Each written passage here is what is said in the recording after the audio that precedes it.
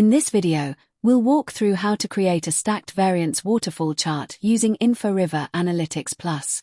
A stacked variance waterfall chart is a specialized type of waterfall chart that combines variance analysis with stacked bar visualization.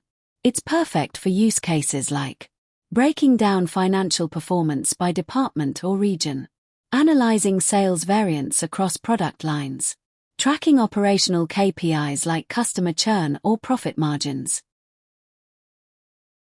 Let's get started.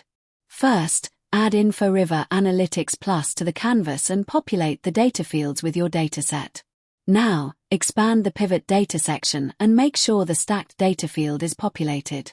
Once that's done, close the pivot data panel and navigate to chart type.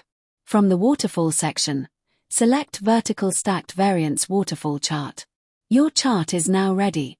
To highlight the variance, go to Settings, navigate to Canvas, and enable the Variance Toggle.